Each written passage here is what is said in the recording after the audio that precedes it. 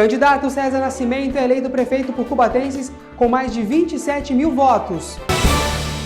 Você vai ver também os vereadores eleitos na cidade que vão comandar o Legislativo de Cubatão no próximo ano. TSE faz balanço do primeiro turno das eleições em todo o país. Hoje tem estreia do quadro Saúde Plena e o especial Outubro Rosa com uma série de reportagens especiais. 7 de outubro de 2024, segunda-feira, vamos juntos. O seu Últimas Notícias está começando agora.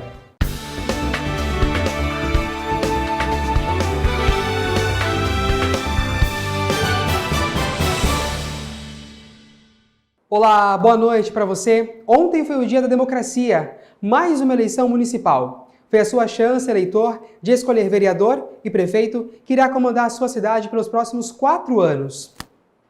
Aqui em Cubatão, nossas equipes de reportagem acompanharam o momento da votação de cada candidato que disputava o administrativo cubatense. Os 5 candidatos à Prefeitura de Cubatão votaram no período da manhã.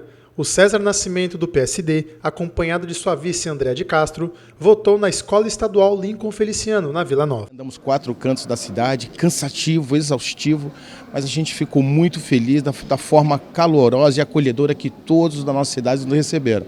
A gente fica muito feliz porque isso nos mostra que Cubatão está no rumo certo, que nós não podemos interromper essas políticas públicas, que é o sucesso da nossa cidade. O candidato Rodrigo Alemão, do PSB, ao lado de sua esposa e de seu vice Fábio Alves Moreira, o Roxinho, votou na UME e Estado do Amazonas, na Vila Paulista. E também esperamos uma grande conscientização da população para que tenhamos a escolha com consciência, para que a população deposite o seu voto naquele futuro que espera para a cidade de Cubatão. E eu tenho certeza em que exercerá o exercício do direito da cidadania da melhor forma possível. Essa é a expectativa. O candidato Dr. Paiva, do PL, com seu vice, professor Wellington, votou na UME Padre José de Anchieta, no Jardim Costa e Silva. Campanha que nós lutamos contra o poder econômico instalado na cidade, contra uma bolha que precisa ser rompida em Cubatão, e nós temos a convicção de conseguir levar a mensagem ao povo de Cubatão do que é melhor, mudar. Toninho Vieira, do PP, votou na UME Padre Manuel da Nóbrega, no Jardim Casqueiro, acompanhado de seu vice, Joaquim da Santista. A cidade de Cubatão precisa desenvolver, precisa crescer e nós estamos preparados para isso. Eu acredito muito no povo de Cubatão, confio na população e vamos resgatar o orgulho de ser cubatense com muita fé em Deus. E o candidato Carlos de Freitas, acompanhado de sua esposa, votou na UME Antônio Ortega Domingues, também no Jardim Casqueiro. Sabe aquela sensação de dever cumprido, cara? E um resultado? Claro que a gente quer a vitória, mas também pode ter um outro resultado, mas dever cumprido. Participei, falei o que tinha que falar, alertei o que tinha que alertar. E após a votação veio o resultado. O candidato César Nascimento, do PSD, foi eleito com 40,47% dos votos contra 39,63% do candidato Rodrigo Alemão. Ainda na noite de ontem, após 100% das urnas apuradas, nossa reportagem conversou com o prefeito eleito. Com pouco mais de 40% dos votos, o cidadão cubatense escolheu o seu novo prefeito. César Nascimento, que começou sua carreira como assessor parlamentar, no próximo dia 1º de janeiro, ocupa o cargo do Executivo e toma nas mãos a chave da cidade de Cubatão. Foram 27.180 votos que elegeram o cubatense César Nascimento. Casado e pai de 3 filhos, César iniciou sua carreira política como assessor parlamentar e já tem em seu currículo político 3 mandatos como vereador e agora assume o executivo na gestão 2025 a 2028. O futuro prefeito falou o que a população pode esperar de seu mandato e quais serão suas prioridades no início da gestão. Olha, primeiramente queria agradecer a Deus por esse momento, mas pode esperar muito trabalho, muito investimento na zeladoria da nossa cidade. O prefeito Ademário pavimentou toda uma via para que a gente possa hoje fazer políticas públicas que cheguem ao cidadão, as políticas públicas que são necessárias. Nesse primeiro ano, as pastas mais importantes que nós iremos investir serão educação e manutenção. Essas serão as pastas que terão mais investimento nesse primeiro momento, sem esquecer de todas as outras. Segurança pública, social. Uma novidade para os cubatenses será a criação da nova Secretaria da Mulher, onde a vice-prefeita, doutora Andréa Castro, que é a primeira mulher a ocupar um cargo de vice-prefeita na cidade, terá um papel fundamental. Com certeza, estou aqui ao lado do César para ser um braço técnico, para que a gente possa desenvolver todas as políticas públicas que Cubatão precisa e merece. Nós vamos criar a Secretaria da Mulher e da Igualdade Racial, né, e desenvolver políticas públicas para as mulheres, como a Casa da Mulher Cubatense, no combate às vítimas de violência doméstica, né, também a questão das mulheres, população de rua, em situação de rua, né? Nós também temos projetos aí para a escola em período integral até 2026, hoje nós temos 43% das escolas em período integral, vamos ampliar até 2026. César Nascimento agradece aos milhares de eleitores que confiaram seu voto e ressalta que honrará a confiança de cada um com muito trabalho e uma Cubatão ainda melhor. Uma cidade pujante, no rumo do progresso, que é essa cidade que nós iremos devolver para os cubatenses, porque vocês merecem. Vocês vivem e moram aqui e sabem do que eu estou falando. Cubatenses, essa cidade é nossa. E foi em ritmo de muita festa que milhares de cubatenses se reuniram para parabenizar o novo prefeito de Cubatão, que toma posse em 1º de janeiro de 2025.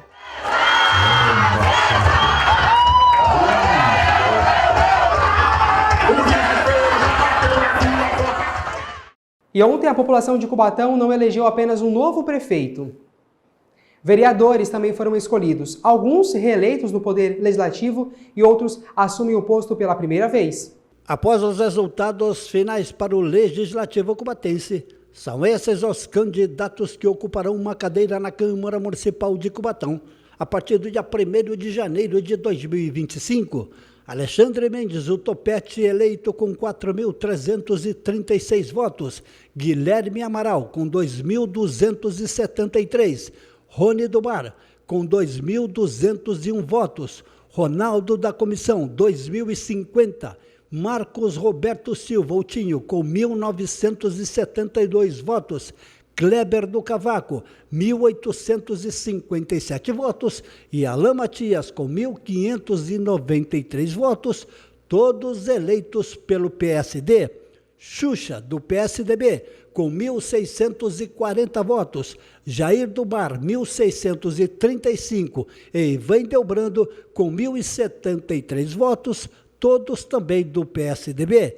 Edson Mota, da União, 1.552 votos. Alessandro Oliveira, do Republicano, 1.234 votos. Guilherme do Salão, com 1.188. E Marcinho, com 1.089, foram eleitos pelo PSB. E Batoré, com 635 votos, foi eleito pelo Agir. Pois bem, em Brasília, o Tribunal Superior Eleitoral divulgou um balanço sobre o primeiro turno das eleições municipais em todo o país. De acordo com dados apresentados, 2024 registrou mais de 20% de abstenção. Foi a presidente do Tribunal Superior Eleitoral, a ministra Carmen Lúcia, quem informou o índice de abstenção nas eleições municipais deste ano. Pelo balanço, a porcentagem ficou em 21,7% das abstenções. Nos últimos 12 anos, esse foi o menor número desde 2020, quando as eleições municipais ocorreram em meio à pandemia da Covid-19. Ainda ontem, no domingo de votação, a ministra Carmen Lúcia, do Tribunal Superior Eleitoral, disse que é necessário investigar o motivo do número de abstenção registrada no país. Nós retomamos uma condição de considerar normal, válido e não depreciar as instituições na busca de romper com a institucionalidade democrática. O que a gente queria era uma eleição, e continuamos querendo, ainda temos até o final deste mês, o que eu dizia de um sossego democrático. Eu pedi a semana passada que queria esperar que cada um saísse de casa com o seu documento, fosse votar, achando e acreditando e recebendo isso da Justiça Eleitoral. A certeza de que ele ia exercer um direito que é importante para a vida dele, para a vida de quem veio antes, que conquistou esse direito. E se encerra amanhã o prazo para os recursos ao resultado preliminar do Revalida 2024. O resultado definitivo da prova de revalidação de diplomas médicos expedidos por instituição de educação superior estrangeiro Revalida 2022 2024, foi divulgado pelo Instituto Nacional de Estudos e Pesquisas Educacionais Anísio Teixeira, o INEP, no sistema Revalida. Os participantes podem conferir também os pareceres dos recursos interpostos às questões objetivas, além da versão definitiva do gabarito. O Revalida subsidia o processo de revalidação dos diplomas de médicos que se formaram no exterior e querem atuar no Brasil. O exame é direcionado tanto aos estrangeiros formados em medicina fora do Brasil, quanto aos brasileiros que se graduaram em outro país e querem exercer a profissão em sua terra natal. O período para interpor os recursos se encerra nesta terça-feira, dia 8 de outubro. E a gente confere agora como ficam as temperaturas na nossa previsão do tempo.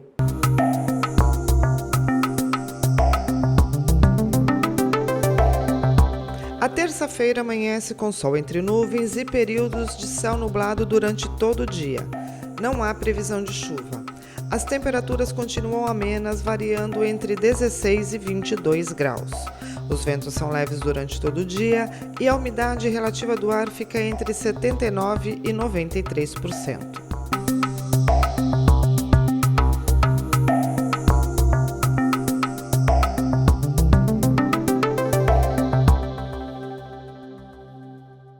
E olha, logo mais às 9 da noite, o Santos enfrenta o Goiás no estádio da Serrinha, na capital goiana. A equipe santista tem a chance do ouro para assumir a liderança da Série B, já que o Novo Horizontino perdeu para o Amazonas na última sexta-feira e a diferença das equipes é de apenas 1 ponto. No mês de outubro rosa, aliás, nós vamos te mostrar uma linda história de superação. Você vai conhecer a Renata, que lutou contra o câncer de mama da melhor maneira possível. A gente vai conhecer a história de uma mulher que sempre foi apaixonada pela vida, desde cedo, mas passou por muitos desafios e conseguiu enfrentá-los com grandeza. Perdeu a mãe do câncer de mama e alguns anos depois recebeu o mesmo diagnóstico. A Renata vai contar tudo pra gente de como ela superou todos esses desafios. Tudo bem com você, Rê? Tudo bem. Tudo ótimo. Vamos começar contando como esse sorriso lindo e largo viveu os momentos da sua infância. Você sempre disse que era muito apaixonada pela vida, né?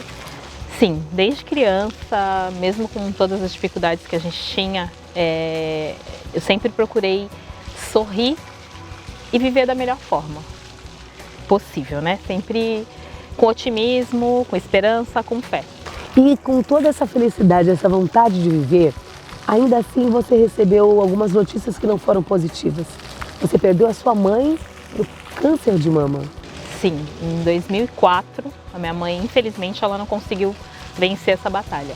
Os recursos eram outros, a medicina não era avançada como é hoje, né? Uma série de fatores. O cuidado que as mulheres antigamente não tinham muito com elas mesmas, né? Isso tudo foi fator determinante para que ela não conseguisse vencer. E a gente sabe que a maneira de as pessoas lidarem com as suas emoções em momentos de dificuldades fazem toda a diferença. 15 anos depois, a Renata recebeu o mesmo diagnóstico da mãe. Você também foi acometida pelo câncer de mama. E como é que foi receber essa notícia, Rê? Olha, eu vou te falar que eu posso dizer que depois da perda da minha mãe, foi o pior momento na minha vida, porque foi um susto. Vem um filme na sua cabeça, você imagina... O que eu faço agora? E você se abate, não tem como. Você leva aquele susto, você fala o que eu faço, o que eu vou, para onde eu vou. Você se sente perdida, né? Mas eu até brinco que passados 2 dias do meu susto, do meu medo, eu resolvi levantar e falei, a minha história vai ser diferente. Em algum momento você chegou a pensar que o diagnóstico, por ser o mesmo da sua mãe, pudesse levar ao mesmo resultado? Sim. Primeira coisa que veio na minha cabeça, eu vou morrer. Do momento que você descobriu, né, o diagnóstico veio a você, como é que foi isso? Olha, Marcela, foram momentos confusos, eu confesso que foram confusos, porque como eu falei, a gente fica perdida, né? Até que eu dei o start e falei, eu vou fazer diferente, eu vou fazer essa história ser diferente e eu vou correr contra o tempo. Porque no tratamento, 80% é a nossa cabeça, como a gente reage e como a gente age. Então, mediante a essa bomba, né? Isso. A tua reação e a tua ação é que vão determinar. Porque assim, você precisa correr atrás. Porque você vai receber um não aqui, um sim ali, eu tenho que sempre ir atrás do sim. Então assim, isso foi muito claro para mim. Eu vou correr contra o tempo porque eu não vou morrer. Eu escolhi viver e eu vou fazer de tudo por isso. Aí você procurou viver com toda intensidade o que te havia a cada dia. Exatamente, porque assim, as pessoas deviam levar isso para a vida, né? Que a gente só tem hoje. Mas quando a gente se vê num diagnóstico desses, é muito mais forte. Porque o medo, ele existe. Como é que foi o processo da químio, da rádio? Como é que você encarou isso? Como é que o teu organismo encarou? Você passou por... Eu tive vários problemas, porque assim, a minha imunidade é muito baixa. Então, a cada sessão de quimioterapia que devia acontecer em 21 dias, não acontecia, porque eu não conseguia recuperar, né? Uma das coisas que me ajudava muito a recuperar era o Rio de Janeiro, que é a cidade que eu amo, né? Além de Santos. E então, entre o intervalo de quimio e outro, eu passava uns dias lá, 4 dias, 6 dias, sozinha. Se energizava no Rio de Janeiro. Sozinha, com responsabilidade, né? Sem beber, vivendo, fazendo coisas que eu não fazia antes, por exemplo, trilhas, praias novas que eu ainda não conhecia. Carregando aqui dentro mesmo a minha bateria. E aí eu voltava, eu estava melhor, conseguia fazer uma outra sessão de quimioterapia. Mas nesse percurso eu fui internada com suspeita de que a minha medula tivesse sido comprometida pelo câncer. Graças a Deus não tinha sido, era só mesmo uma deficiência da minha imunidade, né? E que a gente foi tratando no decorrer do processo. Eu falo que eu acredito muito em milagres, porque eu precisava fazer 18 sessões de químio. Eu fiz 6. Ou seja, um terço do que era proposto pelos médicos. E eu consegui, com 6 sessões de quimioterapia, reduzir o meu nódulo a praticamente nada. O seu nódulo era em que grau? Ele era um BIHARD 4, triplo negativo. Então, assim, era assustador pela minha idade, né, pelo fator idade e tudo, então era muito preocupante. A gente sabe que tanto as mamas, os seios, quanto os cabelos tem uma relação ligada à vaidade, à feminilidade. Como é que foi para você perder os cabelos, passar por aquele processo da perda dos cabelos tão lindos que você tem, né? Depois do susto do diagnóstico, o segundo pior momento foi a quimioterapia e a perda dos cabelos. Porque eu sempre tive, vocês estão vendo os cachos hoje aqui de novo, mas eles eram bem maiores, eram um cabelo assim, que tipo, tem aquela coisa da vaidade, né? Feminilidade e tal, onde a gente... Intrinsecamente ligado, né? Principalmente uma leonina, né? E aí, em 15 dias da minha primeira quimioterapia, o meu cabelo ele caiu, eu fiquei totalmente careca. Você encarou isso de que maneira? Resolveu adotar esse novo... A princípio, me assustei e falei, agora o que eu faço? Foi mais uma luta contra mim mesma. Eu não quis lenço, eu não quis lace, preferi não usar nada. Saí careca na rua.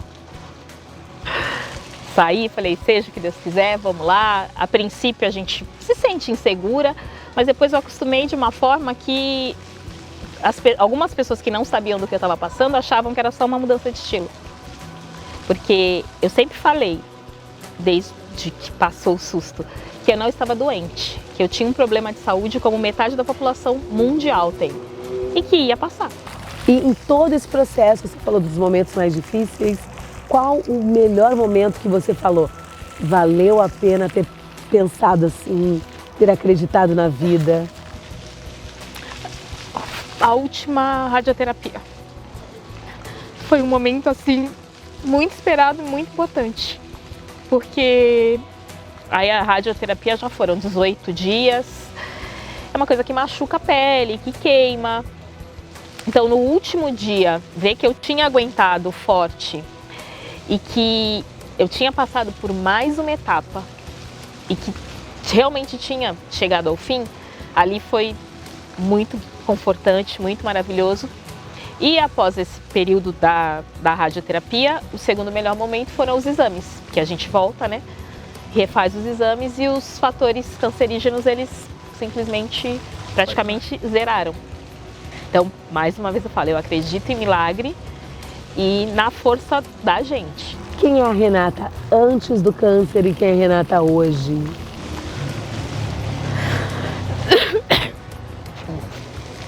Eu sempre me considerei uma pessoa muito forte para tudo. Mas depois do câncer eu passei a me enxergar, literalmente falando, poderosa mesmo. Tipo, cara, eu consegui. Se eu passei por isso, nada mais me derruba, entendeu? Só quem vive isso consegue mensurar o que eu tô falando agora, porque a gente perde muita gente. Durante esse período eu perdi muita gente, tá? Pandemia, pro próprio câncer. Então eu ver que eu consegui, que eu estou aqui hoje, quase 3 anos depois, contando a minha história, podendo incentivar outras pessoas de tipo, não desista de você. Você é a sua prioridade, você é o seu maior presente. Então assim, lute por você, faça por você. Se previna, né? Porque a prevenção ainda é o melhor remédio, porque eu descobri muito cedo, porque eu sempre tive o meu autocuidado, frequência de médico. Então assim, hoje a Renata, de 47 anos, olha para a menina lá atrás e fala, segue esse caminho. E o que você diz para as mulheres que estão passando, enfrentando esse dilema? Vocês não podem de forma alguma perder a força, deixar de acreditar em vocês e correr atrás. E cada segundo conta, cada minuto importa. Então, busquem ajuda, busquem conversar, busquem se aproximar dos seus amigos, dos seus parentes, das pessoas que lhes querem bem.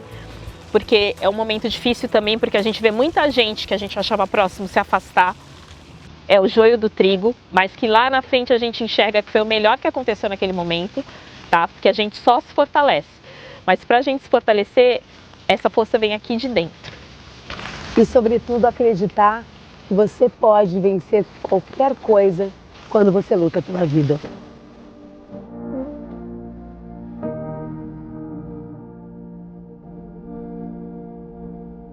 Depois do intervalo, temos estreia no seu Últimas Notícias, é o quadro Saúde Plena, com Outubro Rosa como tema, além de uma série de reportagens especiais nesse mês de conscientização. Não saia daí, voltamos já!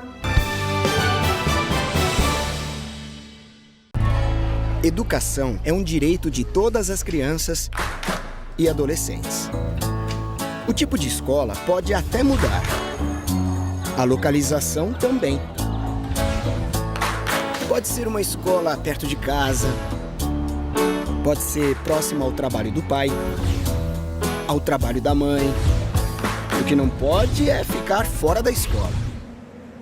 E para garantir esse direito, o governo federal, por meio do Ministério da Educação e do Ministério da Mulher, da Família e dos Direitos Humanos, criou o Disque 100 Brasil na Escola. Um canal para a sociedade comunicar situações de crianças que não estão frequentando a escola. Se você conhece alguma, entre em contato com o Disque 100. Com o envolvimento de todos, vamos garantir aos estudantes o direito à educação. Ministério da Educação, Governo Federal, Pátria Amada Brasil.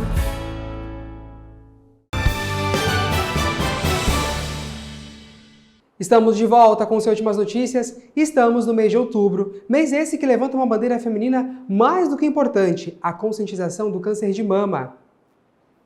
Hoje, iniciamos uma série de reportagens que fala sobre essa causa. Para começarmos, nossa reportagem conversou com um especialista que falou sobre os desafios com o diagnóstico. Outubro Rosa é uma ação de consciência para os cuidados e para o combate do câncer de mama. Doença que atinge milhares de mulheres no Brasil e no mundo. De acordo com o INCA, Instituto Nacional do Câncer, cerca de 70 mil novos casos surgem por ano. Mas especialistas afirmam que essa doença tem cura. Embora os números divulgados da doença ainda sejam altos, a médica oncologista Sueli Monterroso, que é referência no combate ao câncer em toda a Baixada Santista, explica que os avanços científicos e tecnológicos têm trazido respostas bem otimistas nos últimos anos. E nós temos uma chance hoje de tratamentos multidisciplinares que esse número de óbitos que nós teríamos diminuiu bastante, vai diminuir com taxas de cura. A gente tem 90% de taxa de cura em estadios clínicos iniciais. Isso é alto, isso nós não tínhamos há 8 anos atrás. O câncer de mama está ligado a multifatores. Um deles é a ligação genética. Então, se uma pessoa tem uma história familiar de alguém de primeiro grau, pai, mãe, irmão, com câncer de mama, ou um homem com câncer de mama, que o homem também tem uma incidência de câncer de mama, ela tem uma chance maior de ter esse tumor. E para isso tem todo o cuidado que nós temos que ter nessa população que tem que ser mais avaliada precocemente. Além dos tratamentos convencionais como radioterapia, quimioterapia e hormonioterapia, os pacientes podem contar com outras opções para combater a doença. Nós temos a imunoterapia, que vai ativar os linfócitos, que são células suas, eles ativam e ela vai combater o tumor. Você tem as terapias-alvos, por exemplo, nós temos na célula, todos nós temos chamado HER2, que é uma proteína, mas alguns cânceres estão muito expressado, então essa célula se divide mais rapidamente. Hoje nós temos um remédio, trastuzumab, que é só para bloquear essa enzima, levando a um tratamento único para cada indivíduo. Os avanços científicos para combater a doença trazem uma nova perspectiva aos pacientes. Hoje você tem remédios para não vomitar, você tem para não cair o cabelo, as toucas térmicas geradas. Uma das recomendações fundamentais é a prática de atividade física, que contribui com a disposição, autoestima e qualidade de vida. Faça atividade, que isso melhora a tua condição física, você vai aguentar mais, por exemplo, uma quimioterapia, uma imunoterapia, qualquer outro tratamento. Com isso te dá disposição, autoestima, se sente bem, se maquiar, fazer o que poder fazer, pôr um batonzão bonito, canoagem, pilates, eu gosto muito também, e um pouquinho de musculação. Lógico que essa musculação vai ter que ter muito cuidado, dependente da cirurgia que foi realizada, né? Fazer drenagem só em membros inferiores, mas tem muitas atividades que podem ajudar. E também eu gosto muito que elas façam um hobby, algo, fora exercício, o que você gosta de fazer. Doutora Sueli fala sobre o peso de receber o diagnóstico e ressalta a importância de não perder a esperança para vencer a doença e nos dá uma orientação. Que é difícil, não é fácil. Muda a vida muito de uma pessoa, muda os relacionamentos, precisa ter uma família sólida. A gente tem muita dificuldade em pacientes com famílias que estão tão desorganizadas, né? Mas que elas entendam que esse diagnóstico tem um tratamento e que elas vão ter novas chances na vida, que a vida delas não acabou no diagnóstico, está começando uma outra etapa. A gente tem que conversar. A pessoa que tem 28 anos quer ter um filho, então você tem que ter todo um planejamento.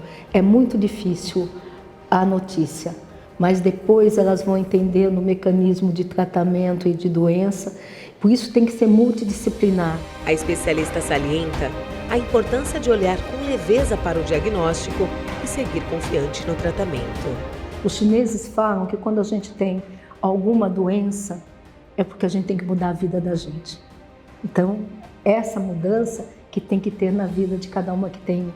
É fácil para a gente falar quando a gente está de fora, quando está dentro, a gente sabe que é bem complicado. Mas elas têm que entender que tem muita coisa a ser feita e falar com o médico, colocar para fora, não ficar com dúvidas. A pior coisa é a pessoa ficar com dúvidas. Então a gente precisa ter alguém para dividir isso. Às vezes você não tem como dividir com um familiar, mas com uma pessoa estranha você consegue dividir, né, a angústia. Então ela tem que entender que é um momento da vida delas e que isso vai passar. Como a doutora Sueli colocou, existe vida e muita vida depois do diagnóstico. No próximo episódio da série Outubro Rosa, produzido pela TV Câmara de Cubatão, você vai conhecer a história de Severina Macedo, uma empresária que recebeu o diagnóstico do câncer e decidiu vencer. Eu recebo a psicóloga Lidiane Chaves. Lid, boa noite para você. Obrigado pela sua participação. Um assunto que a gente vai destrinchar bastante ao longo das próximas segunda-feiras. Seja bem-vinda. Eu que agradeço. Bom, é um assunto assim um pouco avassalador, né, para a mulher. No recebimento desse diagnóstico que parece estar relacionado com a morte, né, mas que não precisa ser dessa forma, né, encarar com muita, lógico, congruência, se atualizar, se informar sobre o assunto, saber sim que com um diagnóstico precoce a chance de cura é quase 90%, e aí sim adquirir esse suporte emocional, né, junto com o tratamento, vai facilitar demais esse processo tão doloroso, tão avassalador para a mulher, né, porque não está falando apenas de uma doença, está falando muito mais além. Estamos falando sobre a autoimagem, a feminilidade da mulher. Então, a elaboração desse processo requer muita cautela, muito respeito, não somente com a doença, mas principalmente com essa mulher em atendimento constante e singular. Ele mexe de uma forma geral, né? Agora, doutora, como as pacientes, né, geralmente reagem ao descobrir a presença ali do nódulo mamário? É como um choque, né? Como, o que eu fiz? Eu sou merecedora disso? Por que isso está acontecendo comigo? Então, o primeiro sentimento é de negação, né? Eu não aceito isso, porque eu fui escolhida. E aí entra uma questão de religião, né? E não está relacionado justamente com isso.